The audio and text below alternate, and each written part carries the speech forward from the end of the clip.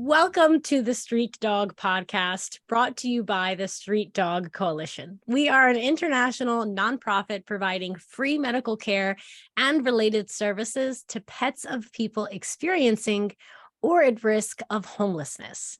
I am your host, Daria Tavana, and I'm also the Director of Development at the Street Dog Coalition. Now, on the Street Dog Podcast, we explore the world of animal welfare through the eyes of experts, street dog vets, volunteers, and in some cases, like today, our lovely staff members.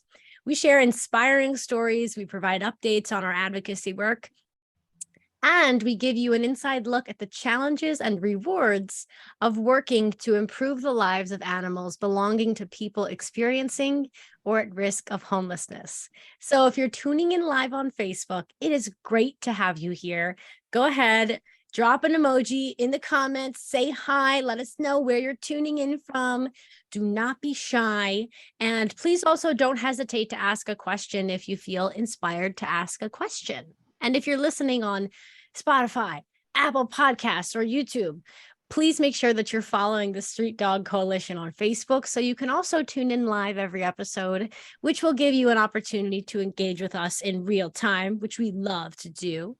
And before I break into a song and a dance, I'm going to rein it in. I'm really excited because on today's episode, we have Alana Scott. She is the operations director of the Street Dog Coalition, and she has 25 plus years of experience in the areas of environmental compliance, engineering project management, and production manufacturing management, as well as, I'm sure, an array of other things. She's very humble. You'll see. Her most recent role was as director of operations at an engineering consulting firm. And Alana encourages team collaboration. She searches for continuous improvement in all areas, and man, is she good at that. And she maintains a can-do mentality when she's faced with obstacles. She also feels that joining SDC is a wonderful integration of her technical skill set and personal viewpoint of watching out for others, both humans and animals. Welcome to the podcast, Alana! Hey, thank you so much. Man, that makes me sound pretty good. Yeah, you know what? You are pretty good. And I know from firsthand experience here, you are more than pretty good. You're amazing. And you're such a beloved member of our street dog family. Oh, and thank you. and Alana is hilarious. She's unpredictable and she's a lot of fun. And I'm very excited for this conversation. And I'm sure it will be very professional because we are both just so professional. We stay there. We stay right in that lane. Okay. Very appropriate. So Alana, I'm really, really excited that you're here joining us today. And why don't you tell us all where you are at right now? This is a little behind the scenes look. Go right ahead. Yeah, I am in Fort Collins, Colorado, which is headquarters for Street Dog Coalition. And we don't call our area here an office or a storage area, although that's kind of what it is, but don't tell anybody. We call it the clubhouse. So a little more inviting, a little more laid back, and lots of different activities can happen here, from meetings to getting supplies ready for clinics, to storing t-shirts, apparel, all kinds of different things. So I'm at the clubhouse. I love it. The clubhouse. I've always liked the way that sounds. It sounds so much better than the word office. So very cool. So for anyone who is watching this via YouTube or Spotify or Facebook, you are seeing the behind the scenes look at what the closest we'll ever get to an office for the Street Dog Coalition will look like. Yeah. And for those of you who don't know, I am outside of Philadelphia. That's where I live. So I always love chatting with people who are in Colorado. It kind of makes me feel like I'm there. Yay. Okay. So Alana, let's dive right. Let's just get right into it. Let's get right into the tofu and potatoes of this episode. Why don't you tell us a little bit about maybe yourself, like what inspired you to join the Street Dog Coalition and take on the role of director of operations? I know you've been a part of our organization, definitely before me. I actually still on my desk have this little card that you sent me when I joined the team. So yeah, why don't you tell us about yourself and And what brings you to the Street Dog Coalition? I had actually sort of run into the Street Dog Coalition a couple of times. So the engineering firm that I worked for, we had our operations laboratory about 4 doors down from the Murphy Center, which is where we hold our weekly, it's a day shelter, a homeless day shelter, and we hold weekly clinics there. And so mid-afternoons every once in a while, I would just want to stretch my legs, take off from the wind tunnels from my office, and I would literally walk past and see folks and a big old banner out with Street Dog Coalition in the courtyard at Murphy Center.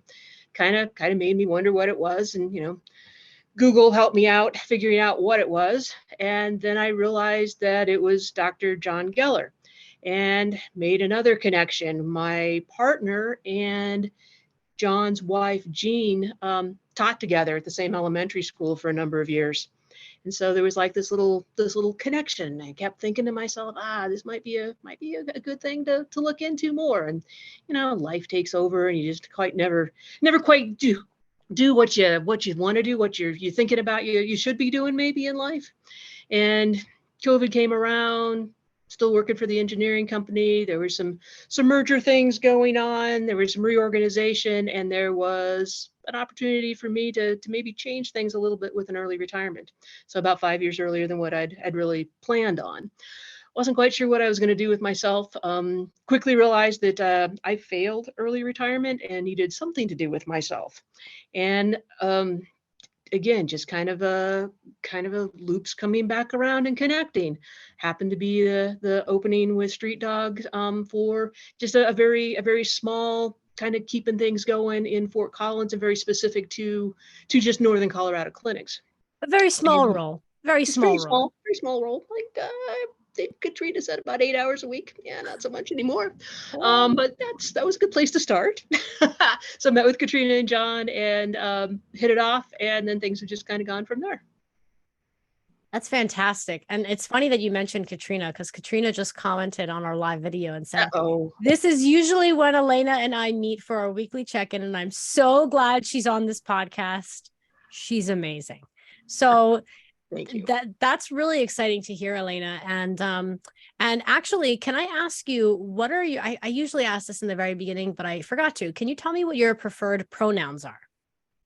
She, her. Yeah. Okay, great. Sorry. I No always worries. ask that question, and I just for a moment forgot. Okay, she, her. Great. Totally not relevant, but also very relevant. Thank you for that. So, Elena, this is awesome. So it sounds to me like it sounds to me like your journey is a little bit kind of similar to our founder John's journey, in that I know that John was aiming for retirement. He thought all his contributions to this world were said and done, and before he knew it, he was starting this organization. So I think it's so fascinating, and I really want to commend you for I think doing something that might not have been easy in some ways, but also maybe felt like a very easy yes, because you're obviously very passionate about animals, obviously very passionate about helping people, obviously incredible at your job, which is now, I believe you were brought on as like office manager. Is that right? And Yeah. then you were very clearly an operations director, and then you got promoted to operations director, and you certainly work more hours than 8 nowadays per week. So I just think that's so cool. I think that's just one of the many things that makes you really special. And I think it's a testament to how much you hopefully love being a part of this team and really love the mission of this organization. Yeah, I think it's a really good fit with kind of my skill set from my professional previous life. But it also fits really well with kind of my general outlook on things, as far as always having animals in my life, from little kid with a grandfather who was a cattle rancher, an uncle who raised sheep, and then all the way through always having a variety of animals in our house. Yeah, the neighbors would have an extra cat and somehow the cat would live with us. Kind of situation. Lived in the sort of rural Fort Collins, and yeah, we seemed to kind of be the collector, if you will, and that was great. It was wonderful having that experience, and I think it really helps people understand things better, especially kids, if you have animals in your life. So it really fit nicely together. The two pieces fit nicely together. I love that. And you know how much of a fan I am of both animals and of you. And I think it's so and I can really relate to you. Like it's I feel like all my life I've been working on the administrative side of things. I actually have a experience working with like nonprofits, but Yeah. this is such an exciting opportunity for me, and what it seems like for you as well, because you're able to take all of your administrative skills and your creative skills and apply them in a way that really helps, I guess, protect this human animal bond, which obviously means a lot to you. As you've described, you've had a lot of relationships with animals in your life, and I have to imagine they've been some of the most meaningful relationships to you. So I just think Yeah. it's really fantastic to watch you evolve in this way, and for you to take relationships that have meant so much to you in your personal life and give the gift of allowing other people, regardless of their financial situations, to have those healthy relationships too. So love that. Right. Very cool. Very cool. Yeah. And maybe again, kind of on a personal note, if anything, it's maybe kind of stretched me a little bit, opened up my eyes a little bit. Also, engineering is pretty pretty square box kind of thing, and so getting me out of my comfort zone just a little bit, where I can still have the skill set there, but maybe applied in a different way that makes me think about things in a different way too. And that's been cool for me for my own personal growth, I guess maybe is the way to put it. Yeah, that is very cool. It seems like you're kind of coming up against some of your personal edges and exploring life outside of your box, your Yeah, comfort zone. yeah, And that's awesome. I feel like not only is that great for everyone to do, but I feel like doing that at this season in your life after yeah, you thought you'd retire, right? Like I think it just gives you such a beautiful, fantastic perspective on your skills and on, you know, what the future holds for you. Whereas I feel like a lot of people who seek retirement are trying to kind of wind down, not everyone. So I just think it's really interesting to kind of see you gear up and push yourself outside of your comfort zone a little bit at a time when yeah. maybe other people aren't doing that. So fantastic. And if you could, so I know, Elena, I know that you do so much for this organization, and I know that you do a lot of things that I don't even know about. A lot of things that just We'll seem keep to, it that way. yeah, just mysterious. A lot of things that just seem to like magically get done. Um, so you are, of course, the wizard of this organization. And I know that a huge part of our organization, there's so many moving parts, but one of the things that we do and that we do really well, and that I will give you a lot of credit for, whether you like it or not, is hosting our pop-up street clinics for unhoused pets. And I'm curious to know, and you're welcome to share this information however you want. If you want to share like how you set up your last clinic that you set up, if you want to share a fun anecdote, entirely up to you. But this is a loaded question. I want to know what goes on behind the scenes to make one of these pop-up street clinics possible. I know me in particular, in the past, I've showed up as a volunteer and everything is just set up and done. And I would love to know like what happens before the volunteers show up. Yeah, yeah. Um, I'm going to disagree on the wizard comment that you made. I honestly Okay. think that I think Katrina is the wizard of street dog. And since she's listening, that would be the best way to say that. Yes. That's a good Um, that's a good call. Behind the scenes street dog clinics. You know, it's a collaboration. It just takes it takes a lot of talking to folks, finding a location, finding a host, if you will, and maybe some of it I'll kind of talk about a brand new clinic that our very first clinic is tomorrow. At a new location here in Fort Collins, we saw a little bit of a gap in our coverage area. So we have weekly clinics at a homeless day shelter, but folks that come to our clinics had to be registered through the day shelter. So they had to have intake forms and everything set up there. So if they moved through the process and went into transitional housing or into a permanent supportive housing, they only had a window of about 6 months where they could still come to the day shelter and receive services, and including the street dog clinic. So we started seeing more and more people that didn't have that resource that they still needed. Yeah, things were changing in their lives, and things were different for them, but they still needed that little bit of help for getting that rabies certificate, getting that lump or bump checked on the older lab, those kinds of things. So we were able to talk around again, kind of North Fort Collins, because that seemed to be the right location to stick with. And we were able to find a feed store, Northern Colorado Feed Store. Shout out to those guys. Yay! Um, is more than happy to host us. So we're starting up a monthly clinic there. So again, it was a lot of talking. It was asking people, hey, what do you think? Could we possibly do this? We can absolutely be outside during the summer, might need some help during the winter, an indoor or covered location at least. And Feed Store absolutely came through. Then it also took some just contacting our volunteers. We have an amazing volunteer base, and so getting a hold of that group of people, and hey, who's got some veterinary skills that might be free for another clinic. And I was amazed. We had people popping, letting us know that yeah, they would really like to set things up and help us and sign up even 2-3 months in advance on some of our clinics, our new clinics. So yeah, it's just I think it's talking. A lot of it is communication. A lot of it is just reaching out.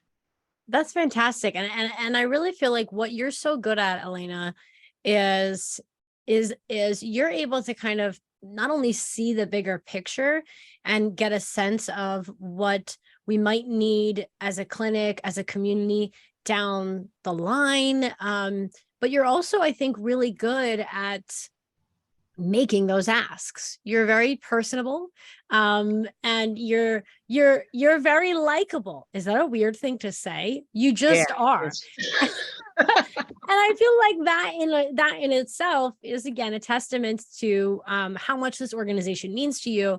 But I think a lot of people are either really good at big picture thinking. How are we going to adapt? What is this going to look like 6 months from now?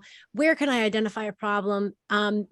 They're either really good at that, or they're really good at being personable and mining these relationships and being able to see things in people that they may not be able to see in themselves. And that's something that I really appreciate about you, is you really kind of toe both lines. You're able to get a sense of what your local community needs, what other community needs. You oftentimes can identify these things before the communities themselves can. And then you really kind of just know how to bring everyone and everything together successfully. So I love that about you. yeah, I might piggyback a little bit on what you said. We talked about kind of the personal growth and things like that. Yeah.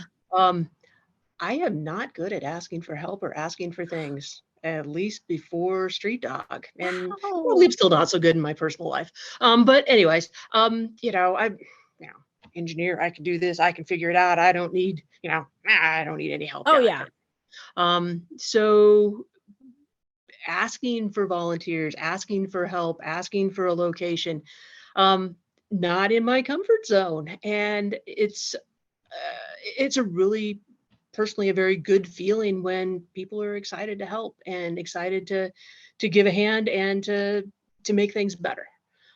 So that's kind of one of those kind of breaking out of the box kind of thing that we talked about a little bit. Yeah. Yeah.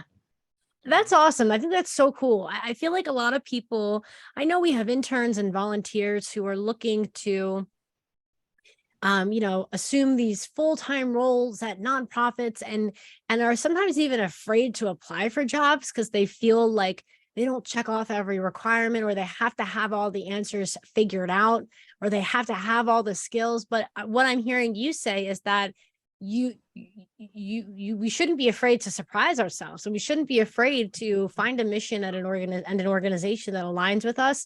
And as scary as it may sound, learn as we go, right? Yeah. There's no Yeah. blueprint for a lot of this stuff. So I Yeah. really appreciate your vulnerability there and like sharing that with us, because I didn't expect to hear that. And I think that it's just a testament to how, willing and able you are to grow.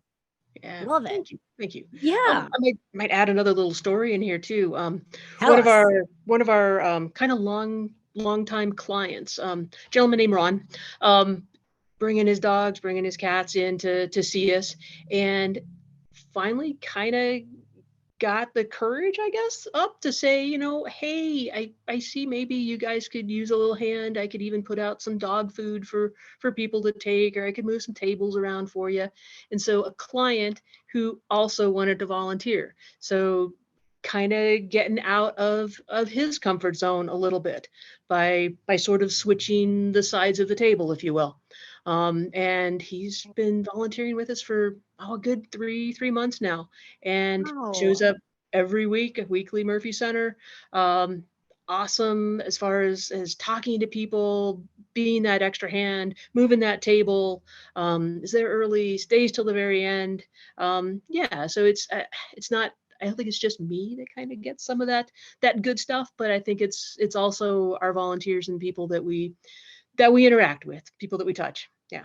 I love that. And having been to a few street clinics myself, there is this like feel good orbit that brings people in, whether it's like press and media taking pictures, whether it's Yeah. clients there with their animals, or volunteers. That to me, it's no surprise that somebody that receives the services of the Street Dog Coalition and has the availability and the ability to volunteer comes back and just kind of wants to be a part of the magic. There it is, the wizardry again, the magic that is these feel good street dog clinics. It's what Hillary always talks about, our medical director Hillary, that helping high, that I think is, a lot of us feel like is designated for people that are like privileged enough to be able to volunteer. But I really appreciate the fact that an individual who received our services also wants to volunteer, because we're really just in that in itself is just breaking the mold of this, of you needing to have the time and the availability and the luxury of being able to volunteer. I think that people just enjoy being there, and I think especially people who receive our services kind of want to give back in a way and be Yeah. around Yeah. like-minded people. Yeah. That's so Another cool. story for you. We also do something called Colorado One Health Mobile Outreach.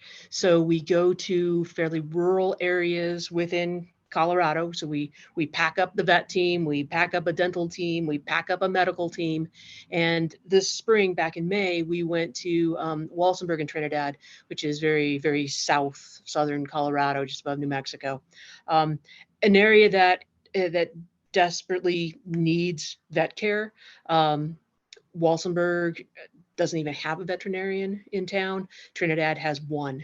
And so there's people from Walsenburg that were going over an hour to get just basic vet care services. And so an area that depressed financially, but just also kind of a services desert, if you will. Mm. And we did an online kind of sign up for the clinic, and I had a woman who wanted to sign up her two dogs, and then at the bottom of the email that she sent me said, hey, I would love to help out. I don't have any vet skills, but could I help with anything, set up or clean up or anything like that. And I was like, yeah, because that'd be great to have an extra, set of hands. Perfect. And it ended up that she brought her granddaughter, 15-year-old granddaughter. Aw. So we set them up as the very first people that we saw. It was a weekend in May, so the granddaughter was there. The granddaughter played in high school band, so an uncle took the granddaughter off to graduation for band to play in band, and grandmother stayed with us, and she took care of all of the food. So we had breakfast burritos and coffee and water to for the folks, and then we had handouts for dog food and dog treats, and then also like some peanut butter and crackers and things like that that people could take home.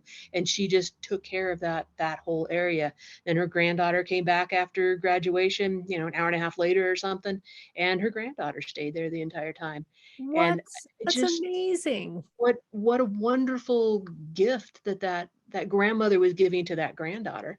And Yeah. even more so, something that she didn't even realize, that a lot of our vet care team are CSU, Colorado State veterinary students. Yeah. So they're in their second, third, fourth year of vet school. So what, early 20s, most of them, something like that.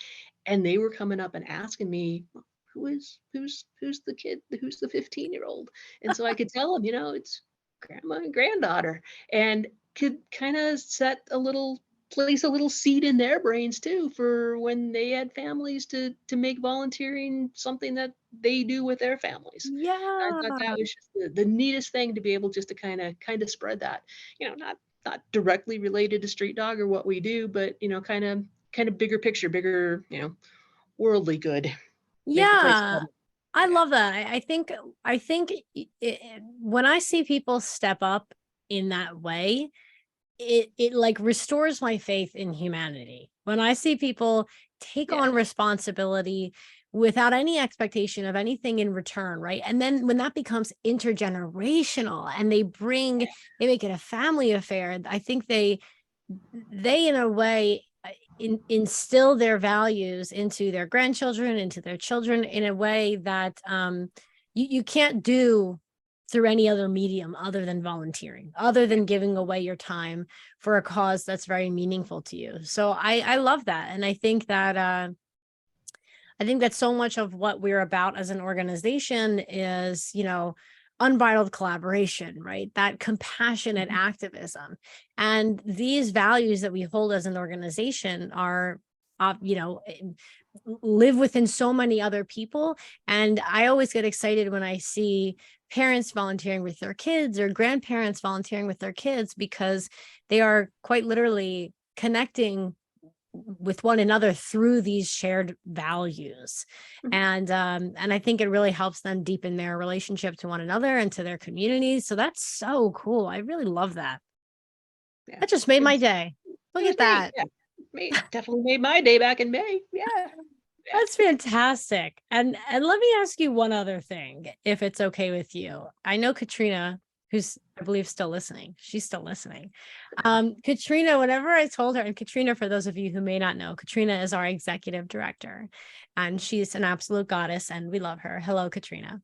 Um, Katrina said that when I bring you on this podcast, I gotta talk to you about Kaizen. Did I say that correctly? Kaizen. Oh, Kaizen. Yeah. Why Yeah. don't you tell us a little bit about what Kaizen is, what it means to you, and how we can implement a little bit more Kaizen into our lives? So Kaizen is a Japanese term that my Japanese may not be exactly perfect, but roughly translated means good change. So it's a term that came about for continuous improvement. And so making things a little bit better in small increments. So being able to make those tiny changes to grow chicken coop out into a much larger, better change. So I know one of the street dogs thing comments is always flying the plane while you're still building the plane.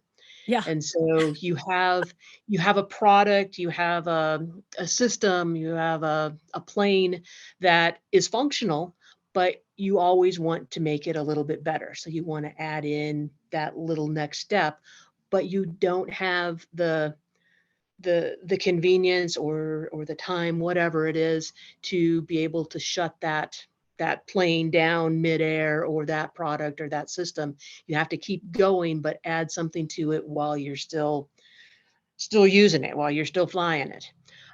So that's something that I worked a lot with, the Kaizen kind of methodology, within engineering organizations, groups. And so it's a way of empowering people around you, coworkers, direct reports, and honestly, the people that are in the bottom, grungiest, worst positions are the best people to have involved in this, because it makes their lives better, and they can embrace change, and they can see how it really is going to make something better. So it's, yeah, taking a look at things, seeing how you can break it down into small little increments, and making those changes while you're still doing it. Um, One time I found a video online, and it was about a guy making toast in his kitchen.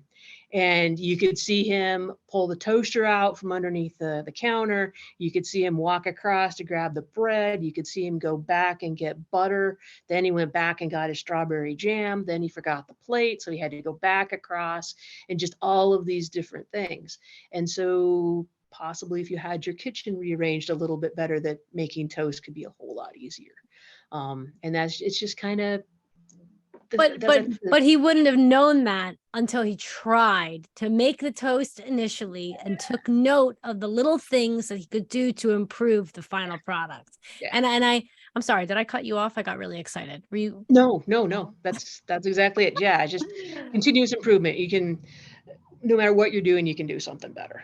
I think that's wonderful. And I really appreciate this perspective and this invitation to go about the way that we work on improving ourselves and improving our organizations a little bit differently, because to me, what you're sharing feels like the antidote to perfectionism, right? I feel like a lot of people who are starting a nonprofit, or who want to volunteer, or, even me, a development professional, when I sit down to write an email, oftentimes I think like, this has to be a perfect email or else no one will give money. And then I start thinking like, well, I can never achieve the perfect email, so what's the point of even writing this email? And what I really appreciate about what you're sharing is that we do not have to get everything perfect the first time. Actually, there is no such thing as perfection, right? There's no such thing as the perfect email. There's no such thing as the perfect street clinic. We've been led to believe that perfection is something that can be achieved. But this idea that you're sharing with us of Kaizen, that involves just starting, just putting one foot in front of the other, collecting information, seeing what works, seeing what doesn't work, and experimenting, to me, I think is what makes our organization so successful, because a lot of organizations don't have the luxury of experimenting in this way, but we have fabulous, leadership. We have a fabulous leadership team that kind of allows us to just play and figure it out, and collect information and fine tune from there. So I really love this idea of Kaizen. It's fantastic. And when I hear you speak into it, I feel like it allows me to just like breathe a sigh of relief. Like, it takes the fear out of making a change. Perfect. Yeah. That's so well said. Okay. Well, Alana, before I let you go, this was so much fun. I love talking to you. Can you let us know if someone is listening to this, maybe even someone specifically in Colorado, or actually maybe anywhere in the country, and they're feeling really inspired by this idea of Kaizen, they're feeling really inspired by the Street Dog Coalition's mission, and just hearing kind of the nuts and the bolts and the stories about what goes into these street clinics, if they want to get involved, what should they do? How could they do that? How could they get involved with the Street Dog Coalition? This is going to sound really blunt, but cash is king. Monetary donations can do all kinds of good for us, and it's a pretty easy way of feeling good. That helping high is clicking a couple buttons on our website. Volunteering.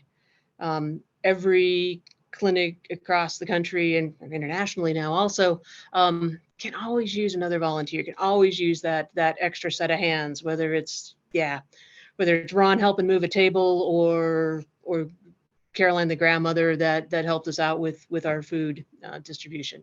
Can always use another set of hands. So volunteering, and don't feel like you got to have the whole veterinary skills and DVM behind your name to be a volunteer. You do not. Anybody, any set of skills can be used and is very useful.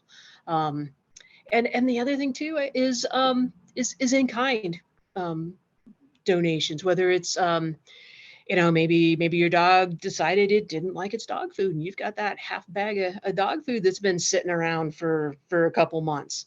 It's still good, it's still fine, but somebody else can use it. So there's always that piece, the food, the leashes, the collars. The leashes, I'm going to say that again. We always need leashes. You always need leashes. Always need leashes in Fort Collins. Dog beds, or your puppy that outgrew the winter jacket, and you had to buy the next size bigger. Those kinds of things that I think most of us as critter owners, I don't know. I've got a box at the bottom of a closet that has all that stuff in it that I need to dig out and donate. Me too, actually. Now that I hear you say it, yeah, we've all got that box. We've all got that box. So I guess those are the three things that I would think of right off. That's fantastic. And I appreciate you sharing that. And I want everyone who is listening or watching to know that I will include links to get involved, to donate, to volunteer in the show notes of this episode. And I love that. I think that's what's so great about the Street Dog Coalition is there's an opportunity for people to get involved, no matter, what their financial status is, no matter how much time they have to donate. And yeah, I appreciate how well-rounded that response is, especially the cash is king part. Look at you coming for my job, the new development director, Alana Scott, ladies and gentlemen. About that. No, you're absolutely right. And I really appreciate that. And did we go over everything you wanted to chat about today? I know you have so many stories and so much insight. Yeah. Awesome. We can do that for another time. Oh, yeah. Oh, yeah. Okay. I love it. Well, thank you so much, Alana, for taking the time to chat with us. And for everyone who is tuning in live, especially Katrina, who has made it clear that she still is listening. I want to thank you so much for spending the afternoon with us. And we just really appreciate your support. We really appreciate, I know a lot of the individuals who are listening, they're donors, they're volunteers, they're people that are thinking about donating or volunteering. And I think just having individuals tune into the show has been really rewarding and exciting. And it's always great to chat with individuals like you, Alana. So thank you so much for taking the time out of your day to talk with me. And I'm sure I'll be seeing for hosting these. They're a great way of getting information out and just feeling like we're a little more in touch with each other. I love it. I love it. I'm glad you love it too. And I really appreciate it. And I'm excited because you're officially coming back for another episode. You heard it here, folks. Thank you, Alana. I appreciate it. I'm sure I'll be talking to you via email or in a meeting very soon. Probably later today. All right. Probably later today. Thanks, Alana. And thanks to everyone for tuning in as well.